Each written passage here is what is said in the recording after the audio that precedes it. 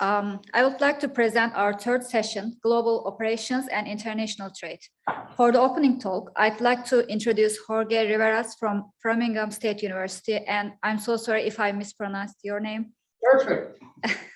The moderator for this session is Cenk Emre, the owner of Freerange. Our speakers are Mustafa Cokol, who is Director of Global Logistics, Professor of Practice Economics, Erbil, from Boston University, and Assistant Professor John Umit Palabiyik from Framingham State University. And if you have any questions, please feel free to ask the questions during the coffee break. Thank you.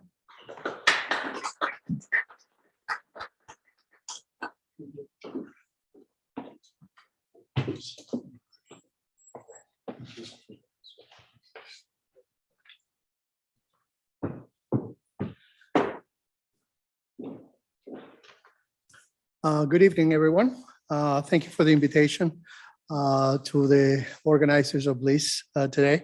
My name is Jorge Riveras. I'm Associate Professor, Strategy and International Business at Framingham State University. But actually, some of my colleagues say that I came from the dark side because I spent 22 years working in corporate global business and then transitioned to academia. My past role in the corporate world took me to travel around 22 years, approximately 15 to 22 countries that I was forced to visit every year. And I have been in around 64 countries around the world. And my last position, basically 50 different offices from 50 different countries reported to me. While I was looking at the previous presentations and they were talking about interferometers, analytical instrumentation, that was my area. I work in spectroscopy, in many machinery-oriented high-end technology, which basically we sold around the world. Clients in the areas of defense, like the Air Force in Turkey, which basically every F-16 had to use our technologies for diagnostics and predictive maintenance, to power plants also in Turkey, and Formula One teams, power plants, submarines, cruises, and multiple different applications of our technologies in multiple countries. What I would like to do today, because I worked so many years in global business, I would like to kind of step back and connect three topics that I think have been mentioned in all of these presentations today. I'd like to talk a little bit about the concept of globalization. Then I would like to talk a little bit about what integration, regional economic integration and trade means. And then I would like to finally talk about international strategy. With those three topics, and some of my colleagues were talking about four, I'm going to talk a little bit about four, and some will talk about technology. I'm going to basically close by connecting these three concepts with three news that I collected from this week Wall Street Journal to make it more current. So to start talking about globalization, one of the main things, because I've been researching about globalization and international trade since I moved to academia in 2011. I came from, by the way, I came from Venezuela, and now I have my Turkish colleagues. So we found something in common. They talk about Erdogan and I talk about Maduro. So that keep us close when we're discussing politics in both countries. So to discuss about globalization, I think the first thing is to understand what globalization really means. And if I go around this room right now and I ask what globalization means, what we're probably going to discover is that globalization means something different for everyone. And it really will depend on the background, your experience, and then you will focus on that area. If I ask a sociologist to explain what globalization is, probably he or she will start talking about migration, an impact on migration and cultural aspects of it. And then if I ask for an economist, probably will talk about the impact of different exchange rate. And then you talk to someone in business, it will be about market penetration, international business opening up operation. That's why, talking about this becomes really, really interesting. Because when you decide to talk about what's happening in Turkey and how Turkey is going to develop or how it's going to go forward, or how globalization really impacts Turkey or any country around the world. You cannot see globalization from only one angle, from only one aspect. And this is important when you're doing research and you're trying to understand how globalization is going to impact or not the country, the business, or the area that we are going to be analyzing. So the first topic is that we need to understand that globalization is really multidimensional. And why is it multidimensional? Because there are several and multiple aspects that are related to it. I came up when I started creating this globalization model with the concept of multidimensional. And what you will see on that diagram, okay, and think about any topics that you can think of, is if it's related to vaccines, or if they're related to global supply chain issues, or medical devices, or a new establishment of new joint ventures in one country or the other. Could we analyze it from the point of view of globalization? So if you look at this, you will see that there are really big aspects related to the social aspects of the country where this is happening. Social classes, social trends. You can see also how the political aspects of the government, their political views about foreign direct investments or legal aspects of it could impact an aspect of that globalization. Or if in the case of physical, related to resources or related to things like COVID, could impact all of this. And then there's the part of economic and business. The next level relates to three things that I'm going to touch a little bit more now, which has to do with global institution, neighboring country dynamics, and trade blocks.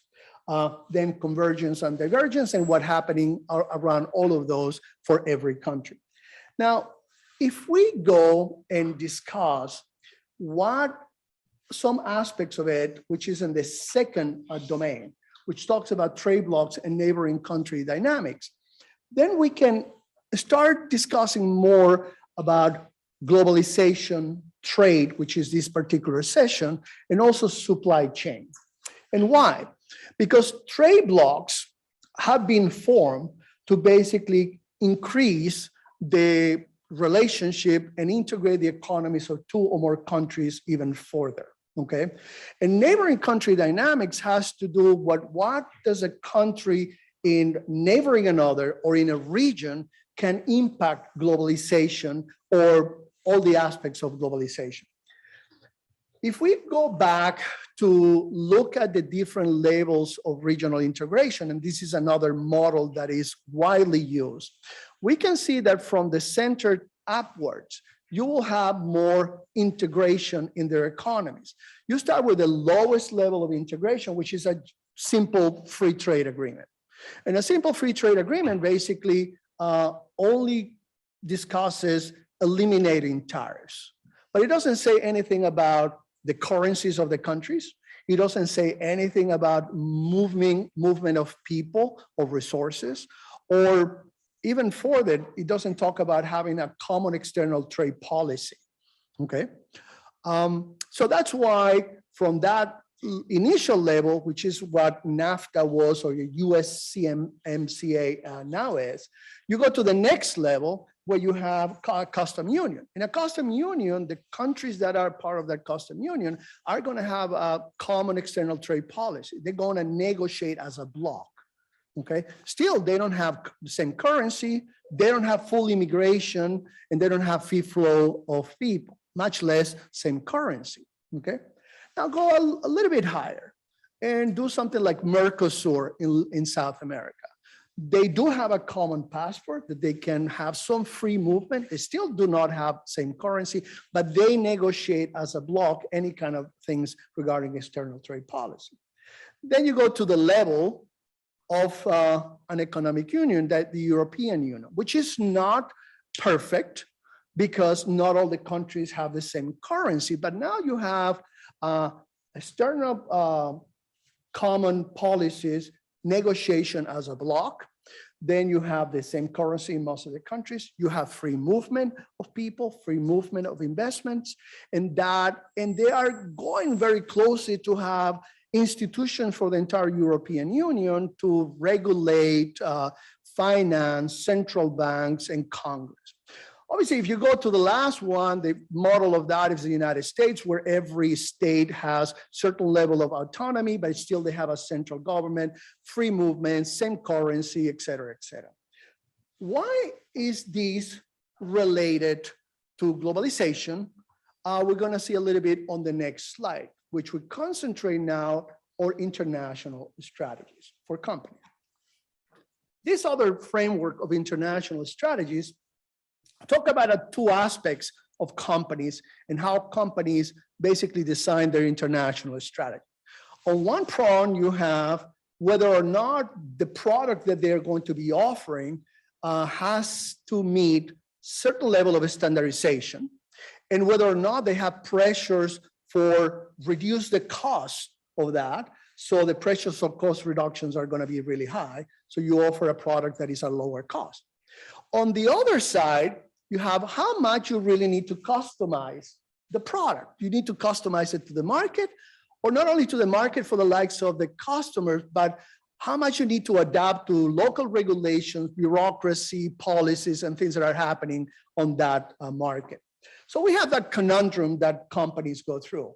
Do you have a free trade agreement, or where are you on the level of free trade agreement?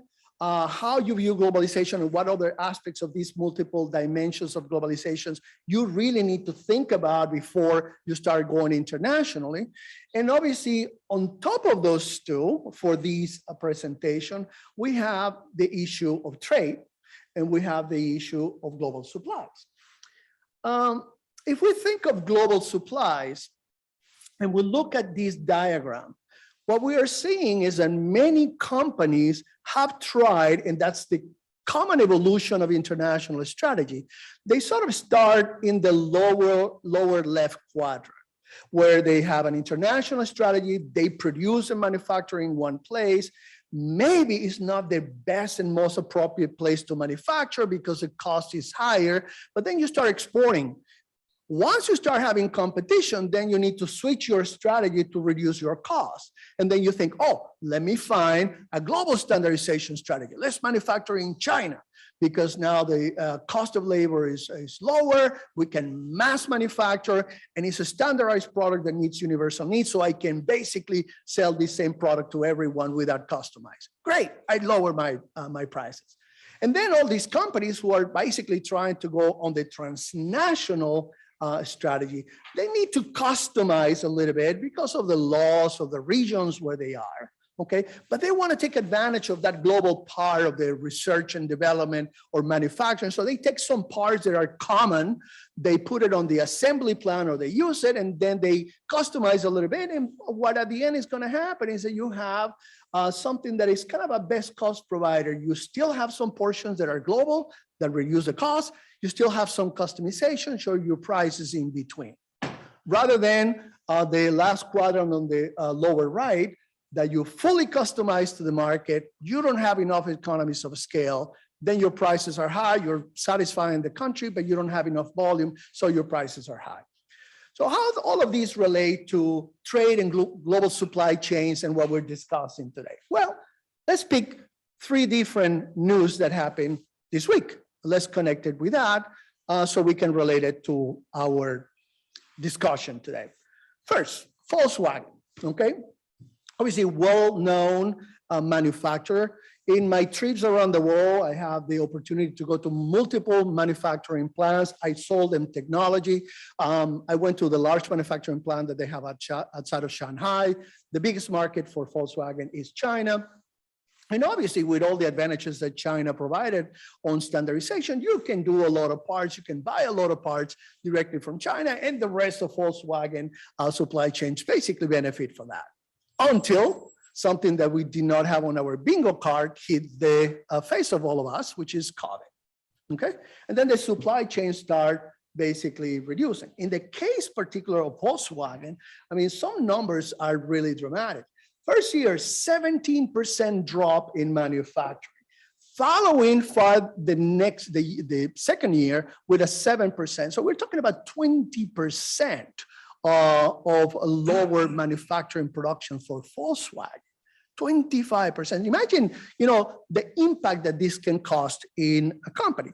So what is interesting, when I start digging a little bit more, is what they are thinking on doing, and they believe is they need to make a full change of their strategy. But remember when we were talking about how interesting it was for them to have make use of the global standardization portion so they can be a transnational strategy. Well, they're changing their tune. And the way that they're changing their tune is basically they're saying, you know what, let's go into change this. Volkswagen is making the uninterrupted delivery of parts a priority over competitive pricing. What that means, ladies and gentlemen, is that they are willing to start manufacturing and producing certain parts that they get from the global standardization part of their operation in regional centers.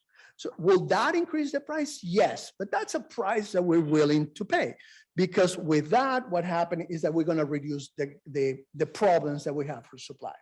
Next one, which my colleagues was discussing, was Ford. Ford right now has a completely new strategy of 6 different model electric vehicles for the European market that they just decided. They restructured the company. Now they have an electric division and a engine combustion division and another division for SUVs. And they're making strategic alliances where the people from KOC Holdings is the one basically installing a plant to supply batteries for all the for equipment that you have for Europe. So another way to see how these transformation have changed. The final comment that I have today came from the trade representative, Catherine Tai, regarding the US policy and how this has changed. We know how in the previous administration, we just went frontal with applying tariffs against China, and we created a war with everyone else around the world. And that actually did not really work. Because that did not deter China and that did not improve our exports or anything like that. So what the new administration is doing is rethinking this in two aspects. One, let's improve our relationship with other countries that we had been fighting for 4 years, especially Europe. Let's lift all the trade barriers that we have with steel, aluminum, and other things. Let's make peace. Thanks to that, we create a great coalition for what is happening in the Ukraine because we kind of make peace with them. The second thing is now they are saying and acting on something that I've been saying for about 10 years, which is globalization now is going to be seen differently. I believe, and I said, and I think I can reassure, globalization is going to become more regionalization. You're going to have blocks around the world, and that's going to create internal trade on those blocks much more important. What Catherine Tay is saying is that we basically need to start doing free trade agreements with countries that we know are going to be reliable and friends, rather than having the best ones that are going to give us the lowest pricing, because in the end, that's going to be not beneficial for us. So a little bit of connection between global supply, trade, and globalization. Thank you very much, everyone, for your participation. Do you have any questions?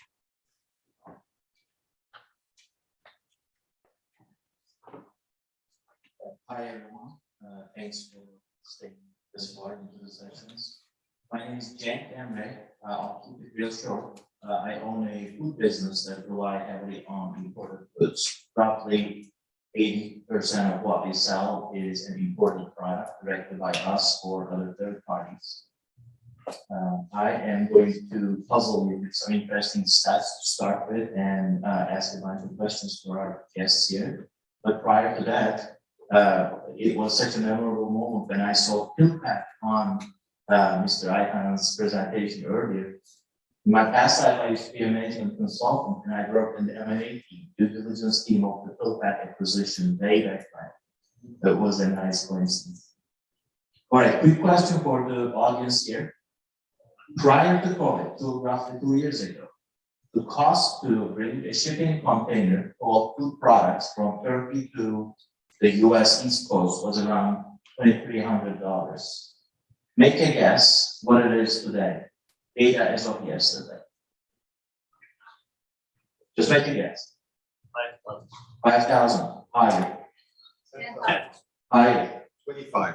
Not that much, yes. 13,000 was the data that we got yesterday.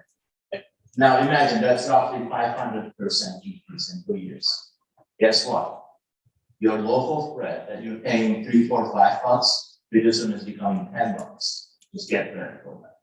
I can't give you a time, but pretty soon. Stop eating bread, I guess. Don't make to avoid that. Low carb. Yeah. Now, again, quick show of hands. What's causing this? Make some guesses. Why is the cost to ship products from overseas increasing in such a wild rate? Go ahead. Supply chain blocks due to the pandemic. That's one. Gas prices, not really. Those goods seem to be shipped still. Location of the containers in the wrong place. One, perhaps one reason, but they have to be more direct. Here, one answer. You may not be involved with this, so may not know. China is taking shipping containers hostage. There's a trade war going on. What else? Greedy businessman. Greedy businessman, perhaps. I'm not involved with those. There's a lot more reasons. I think Professor Erbil is going to tell us about that, but I don't know if you want to go in any part of the order.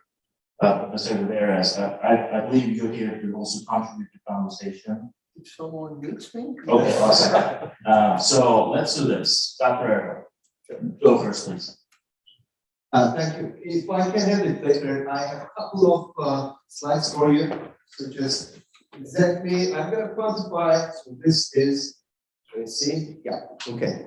So I'm going to quantify some of the things that Cenk just told us. I mean, first of all, you know, we are in the middle of a war right now. So this is unimaginable, but we are just seeing a second world war type, you know, tanks on the ground type of war as we speak, as I speak here. And if you look at the impact of this war, I mean, there are some slides you cannot see this that well. These are mostly from the Deutsche Bank and from Apolla from Russia. You can see that its impact is pretty high up. This is the impact in terms of the disruption to the stock market here and how much it took it to bounce back. So if you look at the historical events, it's kind of that. So amongst everything else that has been mentioned, we also have a war that is affecting everything. So let me see this way. Yeah.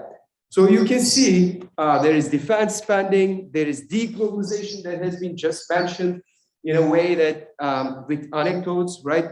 There is diversification of energy resources. So there is a lot of talk going on how we can just get rid of oil and coal.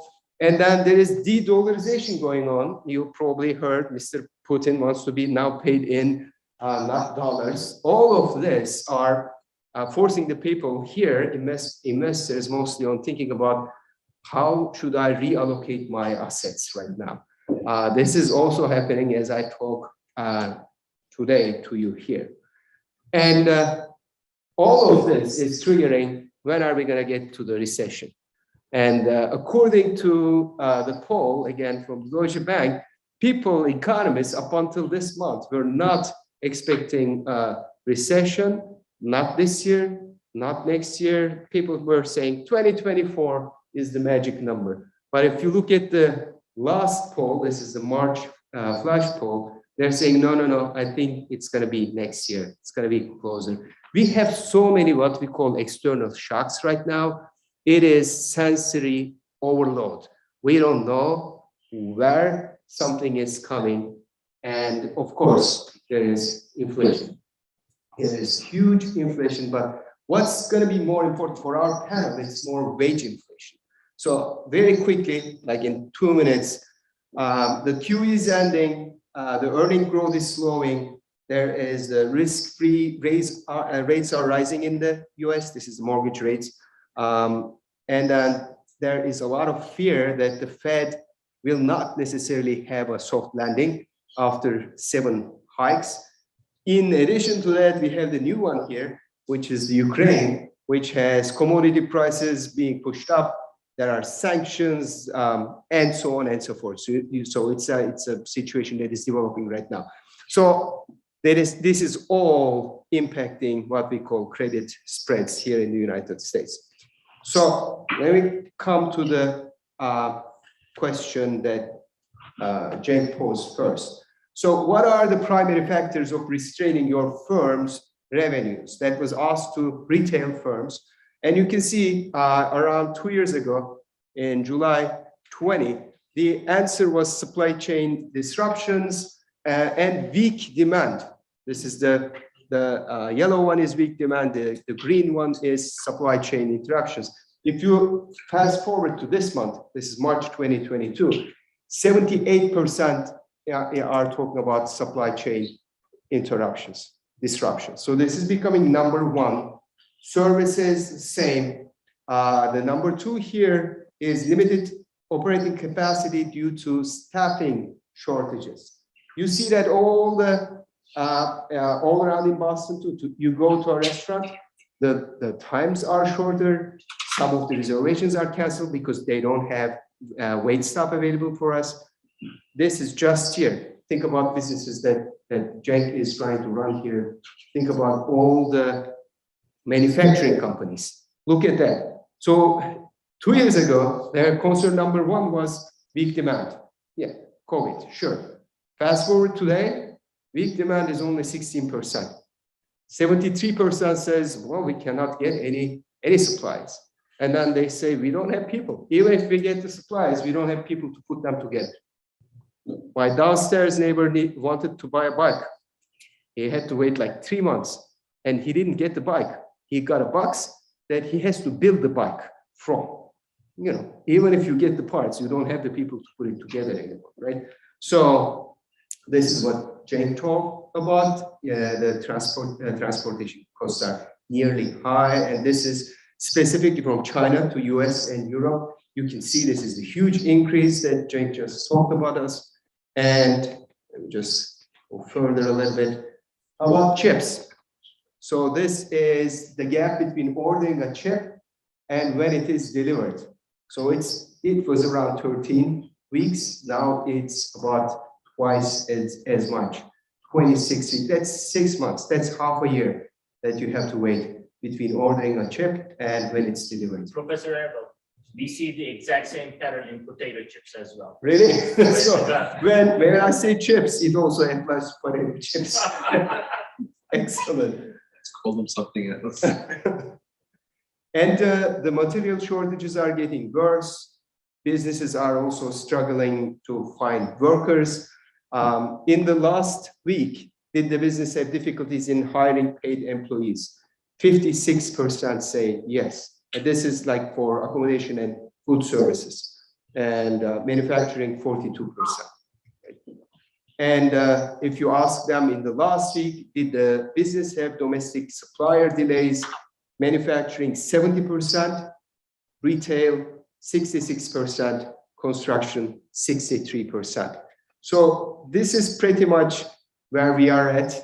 I just wanted to fortify Cenk's opening with some numbers, and I'm going to finish with this. Should we be naughty or nice? I think the next speaker can talk to that.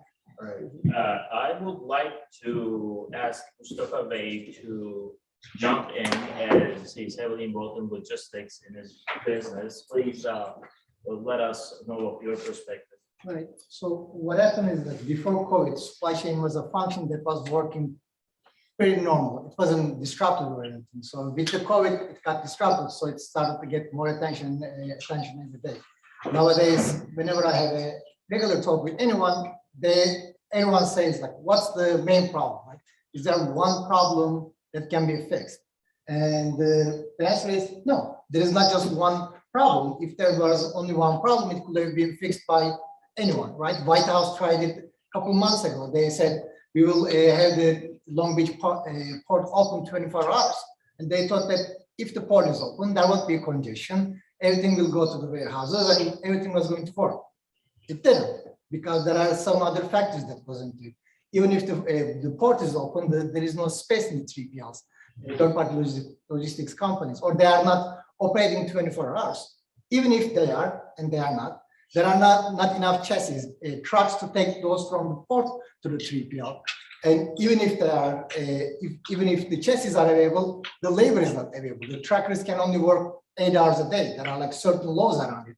So there are so many things that are affecting each other. And this is just the destination side of it. If you look at the origin, China has a zero COVID policy. So if there is one COVID case in the town, they close the whole thing. Right now, Shenzhen and Shanghai port is closed. So if the port is closed, you cannot even have the vessels depart from the origin. So all of these things are affecting each other. And the main thing, what is affecting the price of the containers, there is no unlimited supply of containers. These are the same containers going back and forth, going back and forth. If it cannot depart from the origin, it cannot go back. So the delay just builds up and builds up. And then the things happening like Suez Canal blockage, which takes like 6 months, 8 months for to clear. Then you have the Russia war right now, which will have more effects in like next year. So all of these are affecting this stuff. Now, one more perspective here. This is not necessarily an issue with ocean freight. We buy heavily from the West Coast, especially farm products, ethnic farm products like sour green plums, generic. We bought a half a truckload, a quarter of a truckload last year. It costed us $1,300 to ship it from California to Boston. I was quoted $7,600 last week, and I said no. There's just no way we can. If there is from West Coast to East Coast, that's actually cheap because right now the ongoing rate from West Coast to Houston is around $7,000.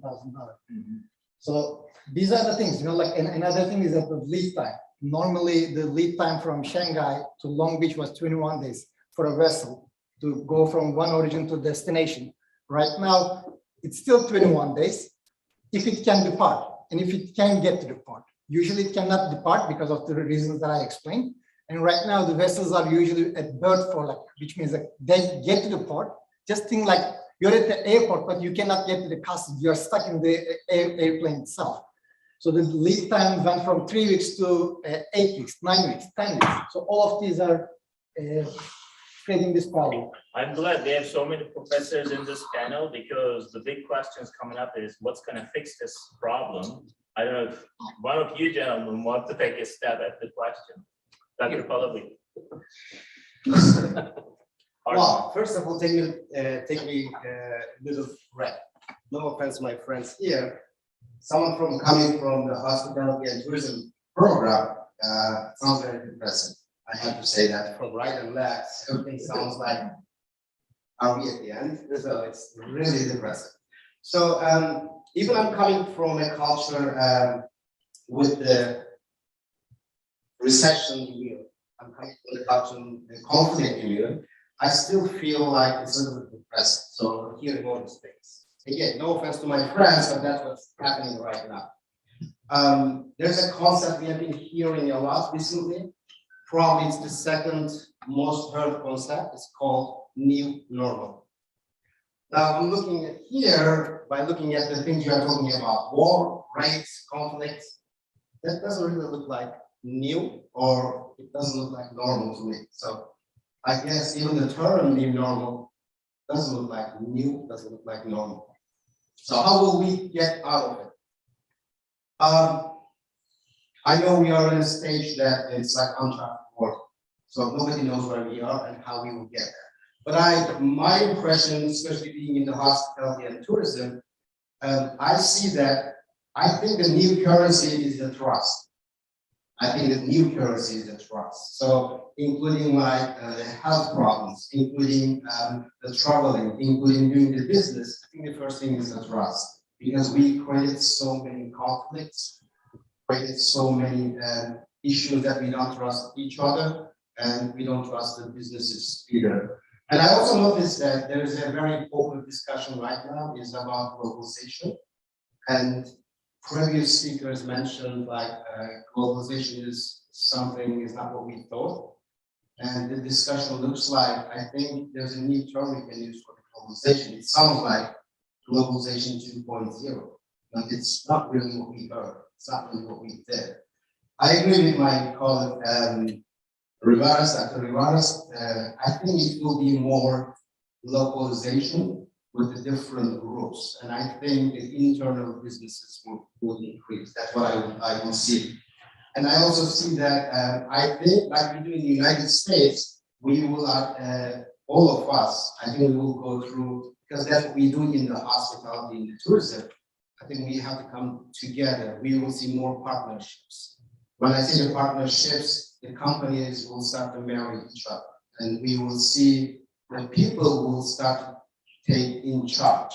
Hopefully, what we do in the United States, especially to get out of the problems with the tourism, you said we have a problem with the restaurants, we have a problem with the laborers, we have a problem with the labor shortage, and we have a problem that the prices are going high. And I see that in the tourism, the consumer behavior has changed.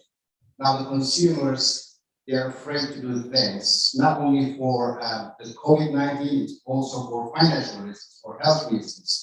And now they are scared to go out with all the wars and conflicts. So I see that the emotion is changing and the prices are impacting us. The way we solve it, like I said, cooperation will start to cooperate with the businesses. If you want to hear little examples from my businesses, like in the restaurant business, in the hotel businesses, now the companies are working together.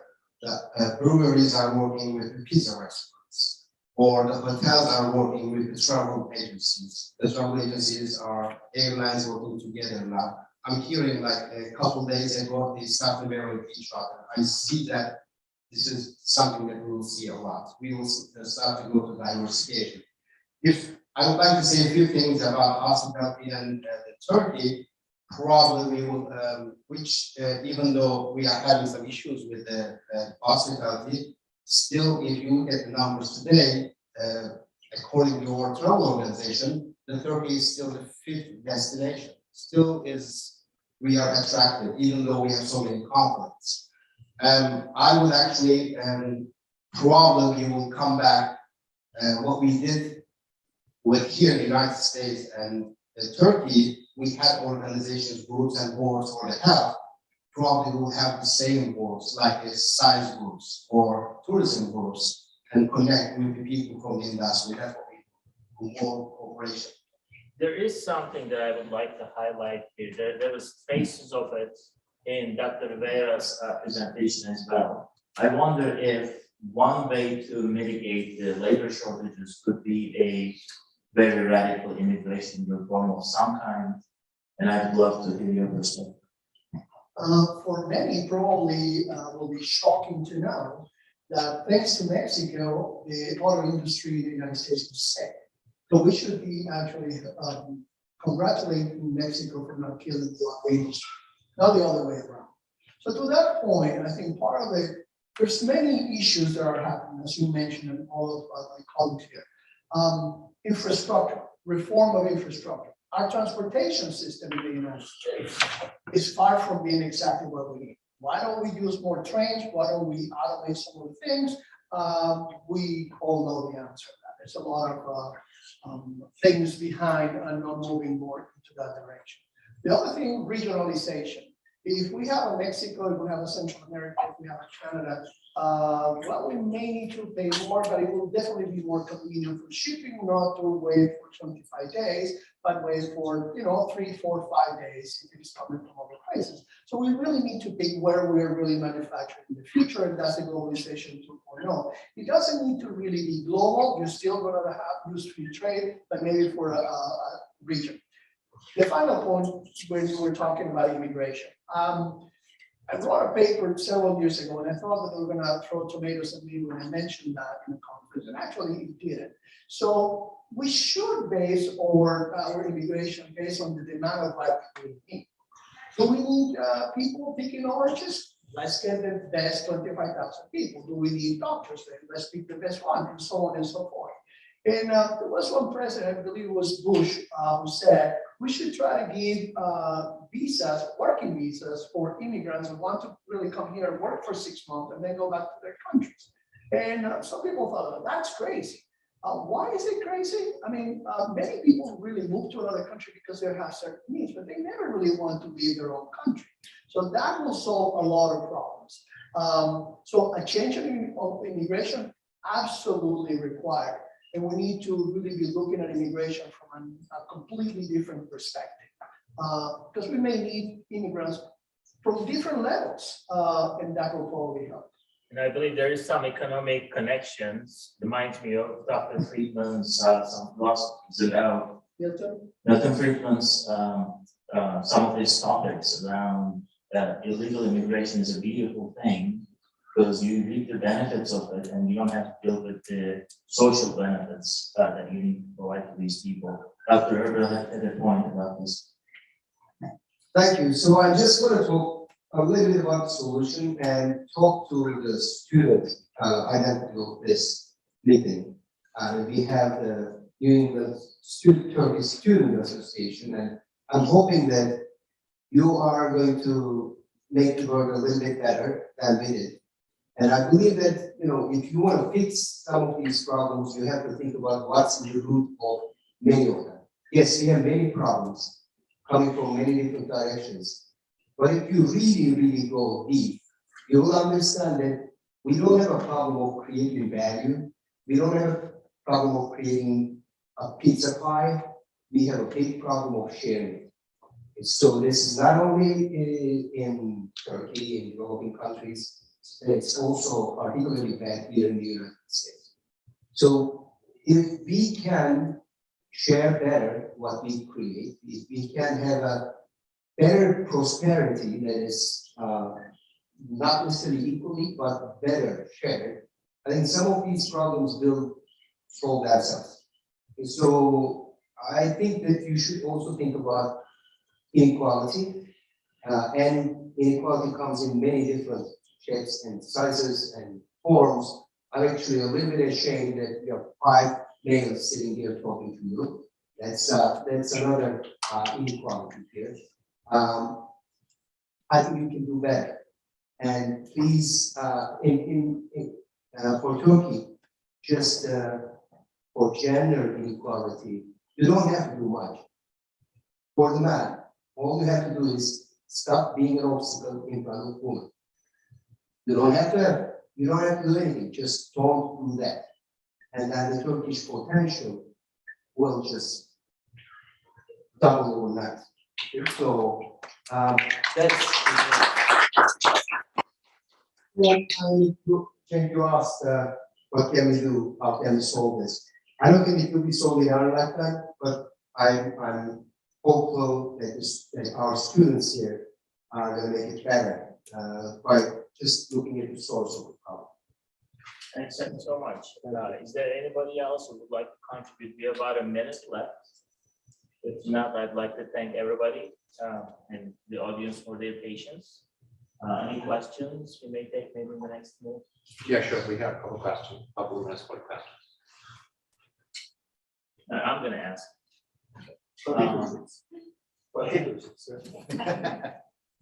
Done with the tips. I have an observation. I'm curious, food service workers, maybe in our state, let's not go to the US yet. What percent of their employee base is immigrants?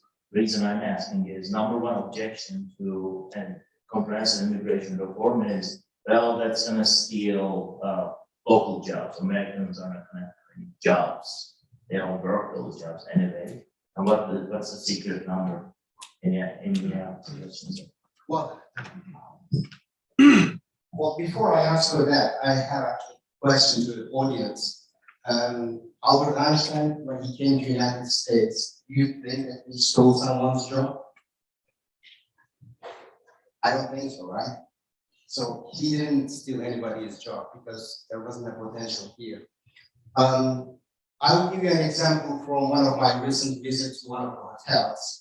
I took my students to visit the hotels and I invited the HR manager to talk to students. As soon as she came in and she said, we need people. That's the first thing she said. And she said, you can come anytime you want. You can leave anytime you want. You can work as long as you want. and you pick your position. So she was so desperate, and she said she had been in the hotel last 2 months, and she had been doing everything. So my personal humble guess is probably more than half is immigrants, and other half, well, maybe we can't call them immigrants. They are the children of the immigrants. ESLs, English as second language. So probably English is not their first language. I'll be honest, maybe it's not even second language. And they speak a good language, and they're ready whenever you call, and they will show up if you need them. They will work, they will do the job. The good thing is, if you are the boss or manager, you will be able to go home and sleep if they work. So we really need them. And more drastic is front of the house. The serve staff tend to be more American. Once you go into kitchens, I know at least 20 food businesses, kitchens are 80% or more immigrants. There was a movement at a time where TPS, protected status for people from Central America, they were trying to stop and eliminate the TPS for Guatemalans, Nicaraguans, and everyone from Central America.